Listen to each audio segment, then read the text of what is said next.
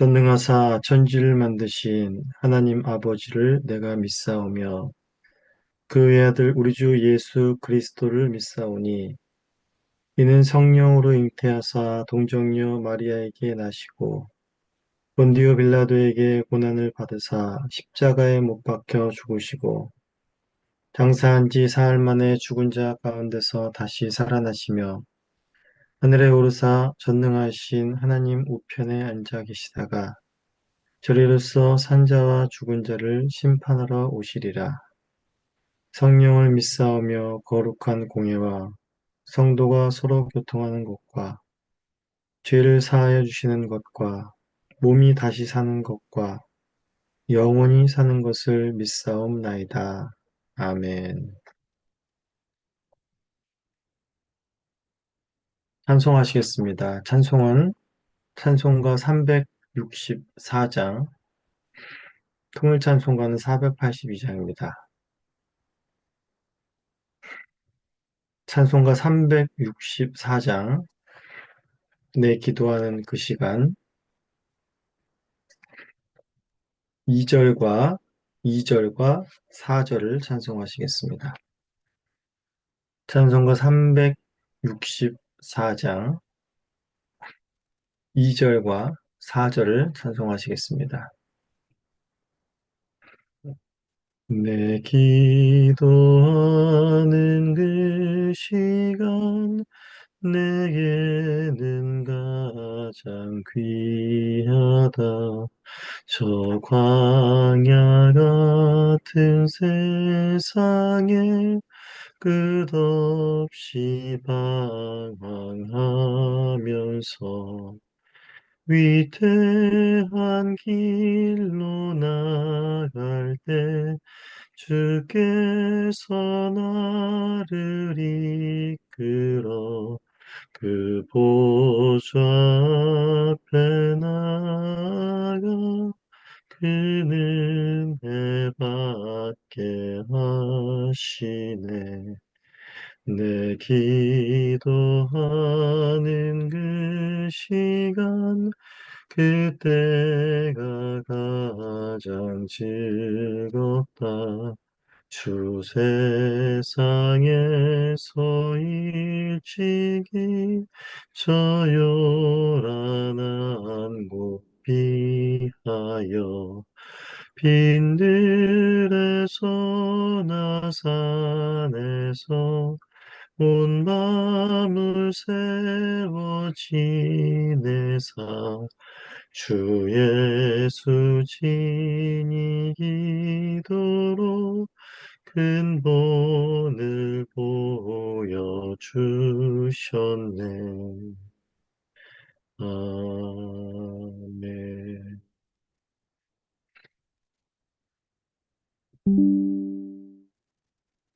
하나님의 말씀 보시겠습니다.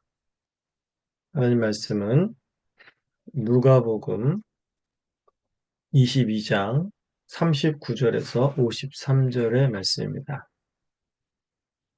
누가복음 22장 39절에서 53절까지의 말씀입니다. 말씀을 봉독하겠습니다. 예수께서 나가사 습관을 따라 감람산에 가시매 제자들도 따라갔더니 그곳에 이르러 그들에게 이르시되 유혹에 빠지지 않게 기도하라 하시고 그들을 떠나 돌 던질 만큼 가서 무릎을 꿇고 기도하여 이르시되 아버지여 만일 아버지의 뜻이거든 이 잔을 내게서 옮기시옵소서. 그러나 내 원대로 마시옵고 아버지의 원대로 되기를 원하나이다 하시니 천사가 하늘로부터 예수께 나타나 힘을 더하더라. 예수께서 힘쓰고 애써 더욱 간절히 기도하시니 땀이 땅에 떨어지는 핏방울 같이 되더라. 기도 후에 일어나 제자들에게 가서 슬픔으로 인하여 잠든 것을 보시고 이르시되 어찌하여 자느냐 시험에 들지 않게 일어나 기도하라 하시니라. 말씀하실 때에 한 무리가 오는데 열둘 중에 하나인 유다라 하는 자가 그들 앞, 그들을 앞장서 와서 예수께 입을 맞추려고 가까이 하는지라 예수께서 이르시되 유다야 내가 입맞춤으로 인자를 파느냐 하시니 그의 주위의 사람들이 그 된 일을 보고 여짜오되 주여 우리가 칼로 치리이까 하고 그 중에 한 사람이 대제사장의 총을 쳐 그 오른쪽 귀를 떨어뜨린지라. 예수께서 일러 이르시되 이것까지 참으라 하시고 그 귀를 만져 낫게 하시더라. 예수께서 그 잡으러 온 대제사장들과 성전의 경비대장들과 장로들에게 이르시되 너희가 강도를 잡는 것 같이 검과 뭉치를 가지고 나왔느냐? 내가 날마다 너희와 함께 성전에 있을 때에 내게 손을 대지 아니하였도다. 그러나 이제는 너희 때요 어둠의 권세로다 하시더라. 하나님의 말씀입니다. 하나님께 감사합니다. 시간 잠시 기도하겠습니다. 하나님 아버지 감사합니다. 오늘도 이 새벽에 저희들을 깨우시고 저희들의 눈을 떠 주님을 바라보게 하시니 감사합니다. 오늘도 주님께서 우리를 향해 베푸신 그 놀라우신 은혜를 또한 누가복음 말씀을 통하여서 깨닫기 원합니다. 말씀을 깨닫게 하시고 또한 이 말씀이 우리 안에서 살아 역사하시사 이 말씀이 우리의 삶에 온전히 적용되어지게 하여 주시옵소서. 말씀에 순종하며 말씀과 동행하는 복된 삶을 살아가게 하여 주시옵소서. 감사합니다. 예수님의 이름으로 기도합니다. 아멘.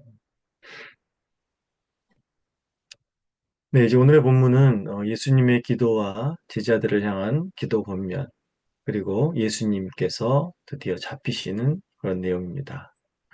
먼저 39절에서 46절은 예수님의 이제 기도와 제자들을 향해 기도하라 명하시는 장면입니다. 예수님께서는 습관을 따라 기도하시기 위해 감람산으로 향해 가셨다라고 말합니다. 그런데 오늘의 이 기도는 평소에 하시던 대로 기도하신 것이지만 좀 더 특별한 의미를 가지고 있습니다. 그것이 무엇인가 하면 바로 이제 예수님께서 바로 앞에 십자가를 앞두고 드리는 마지막 기도가 되는 것이기 때문에 그런 특별한 의미를 가지고 있다고 할 수 있겠습니다. 그런데 예수님은 이제 기도하시기 전에 제자들에게 너희들이 유혹에 빠지지 않게 기도하라 라고 명하십니다. 예수님께서는 앞으로 이들에게 닥칠 큰 시험을 미리 아시고 그 시험에 넘어지지 않도록 하나님을 더욱 의지하라는 의미에서 하신 말씀입니다. 예수님의 붙잡히심과 이제 십자가 앞에 제자들은 모두 도망가고 예수님을 배반하고 부인하며 제자들이 갖고 있던 믿음은 송두리째 흔들릴 것입니다. 예수님 바로 이 사실을 아시며 경계하시고 기도하라 하신 것이죠. 이미 예수님께서는 32절에서 시몬아 시몬아 보라 사탄이 너희를 밀가부르듯 하려고 요구하였으나 그러나 내가 너를 위하여 내 믿음이 떨어지지 않기를 기도하였노라. 너는 돌이킨 후에 내 형제들을 굳게 하라 라고 말씀하셨습니다. 제자들은 사탄에게 밀가부르듯이 넘어질 것입니다. 하지만 예수님의 기도는 그들을 또한 능히 세우실 것입니다. 그러나 장장의 제자들은 예수님의 말씀하신 의미를 모른 채 기도에 집중하기보다는 슬픔으로 인하여서 잠에 빠지게 되는 모습을 보입니다. 이에 반해 제자들의 모습과는 반대로 예수님은 생애의 마지막 기도에 전력을 다하십니다. 예수님은 이제 제자들과 돌 던질 만큼의 거리를 두고 기도를 하시기 시작하십니다. 예수님께서는 아버지를 향하여 아버지의 뜻을 구하십니다. 예수님은 아버지의 뜻을 이루기 위해 오셨으므로 늘 아버지의 뜻을 구하셨고 아버지의 뜻을 또한 이 땅에 이루셨습니다. 이제 이 마지막 기도에서 구하는 아버지의 뜻은 무엇입니까? 바로 예수님께서 받아내야 할 잔에 관한 것이었습니다. 예수님은 이 잔을 내게서 옮기시옵소서라고 말합니다. 예수님 당시에 그 십자가의 처형은 너무나 끔찍한 고통이 동반되는 처형이기에 로마인도 자국민에게는 시행하지 않았다고 합니다. 우리는 패션 오브 크라이스트 같은 영화를 보면서 예수님께서 저 십자가의 고통이 얼마나 아프실까? 그런 육체적인 고통에 더 눈이 많이 가게 됩니다. 물론 말할 수 없는 육체적 고통이 예수님께 가해졌습니다. 예수님은 이 육체적인 고통을 주님 아버지께 피하게 해 주시옵소서. 내가 죽지 않게 해 주십시오. 라고 그렇게 드려진 기도가 그의 기도의 핵심의 내용이 아닙니다. 육체의 고통보다 더 큰 고통이 예수님께 있다는 것을 우린 알아야 합니다. 예수님께서 받아야 할 자는 바로 죄인들을 대신하여 하나님의 진노를 받아내야 하는 그런 말할 수 없는 고통의 잔인 것입니다. 십자가상에서 예수님은 육체의 고통과 더불어서 한 번도 경험하지 못한 하나님의 진노를 받아내야 하는 것입니다. 한 번도 하나님과 단절된 적이 없던 하나의 분노의 그 진노를 받으며 단절의 고통을 느껴야 하고 죄가 없으신 분이 죄의 고통을 느끼셔야 했던 것입니다. 아담 이후로 죄인인 모든 인류는 모두가 다 죄인이므로 죄 없는 참 사람이신 예수님이 당하시는 이 고통에 어떤 일부라도 도저히 이해할 수가 없는 것입니다. 이 잔을 내게서 옮겨달라 하심은 단순히 이 고통을 피하게 해달라라는 것이 아니라 이것이 예수님으로서도 얼마나 고통스럽고 버거운 일인가라는 것을 온전히 드러내는 그런 말씀인 것입니다. 예수님께서는 내 원대로 마시옵고 아버지의 원대로 되기를 원하나이다 라고 기도하시면서 잔을 피하기를 원하기보다는 더욱 힘써 아버지의 뜻을 이루기를 원하심을 알게 하십니다. 이러한 때에 바로 천사가 하늘로부터 와서 예수님께 힘을 더합니다. 천사가 와서 무슨 천사의 어떤 능력들을 더해 주었다라는 그런 의미가 아니라 바로 천사는 하나님께서 보내신 것이므로 하나님께서 예수님과 함께 하시고 또한 하나님께서 능히 이길 힘을 예수님께서 주신다라는 것을 보여주는 말인 것이죠. 하나님께서는 하나님의 뜻을 온전히 감당할 수 있도록 또 힘을 주시고 보호하시는 분이라는 사실을 구약의 역사 속에서도 잘 알 수 있습니다. 모든 선지자들이 또한 하나님의 뜻을 이루기 위해서 하나님의 도우시는 힘과 보호하심으로 그 사역들을 감당했고 또한 예수께서도 마찬가지입니다. 이사야서 42장 6절에서 이렇게 말씀합니다. 나 여호와가 의로 너를 불렀은즉 내가 내 손을 잡아 너를 보호하며 너를 세워 백성의 언약과 이방의 빛이 되게 하리니.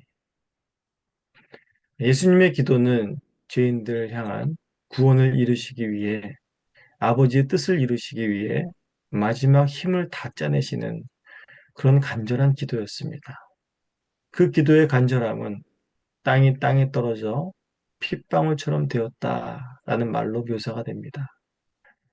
이것을 통하여 바로 하나님의 측량할 수 없는 사랑과 그리스도의 말할 수 없는 열심, 아니 그리스도의 특심이 우리를 구원에 이르게 한 것을 우리는 잊지 말아야 하겠습니다.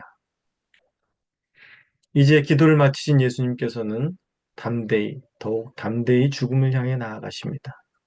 47절에서 53절은 예수님께서 잡히시는 장면입니다. 예수님께 한 무리가 다가오는데 그 중에 열둘 중에 유다라는 자가 앞장서서 제자들의 유다라는 자가 앞장서서 나오고 예수님에게 입을 맞추려고 나옵니다. 유다 입맞춤은 예수님에 대한 사랑과 존경의 표시를 보이는 것 같았으나 그 내면에는 예수님을 잡으러 온 사람들에게 예수님이 여기 있다라고 알리는 그런 신호였습니다. 사랑과 존경의 행위 속에 배신이 숨겨져 있었던 것이지요. 사실 유다뿐만이 아니라 제자들 모두 예수님을 사랑하고 존경하지만 십자가 앞에서 모두 예수님을 배신하는 자들이 되어버리기 때문에 유다보다 다른 제자들이 나을 것은 없습니다. 예수님을 잡으러 온 자들을 향하여서 제자들은 저항하려고 합니다. 예수님의 제자 중 한 명이 우리가 칼로 치리까 하며 대제사장의 종을 쳐서 오른쪽 귀를 떨어뜨리는 사건이 발생합니다. 하지만 예수님께서는 이 행위를 용납치 않으십니다. 이것까지 참으라 라고 말씀하십니다. 죄인들의 대속에 죄를 대속하기 위해서 걸어가시는 길을 도리어 제자들이 막고 있는 상황이 되는 것이지요.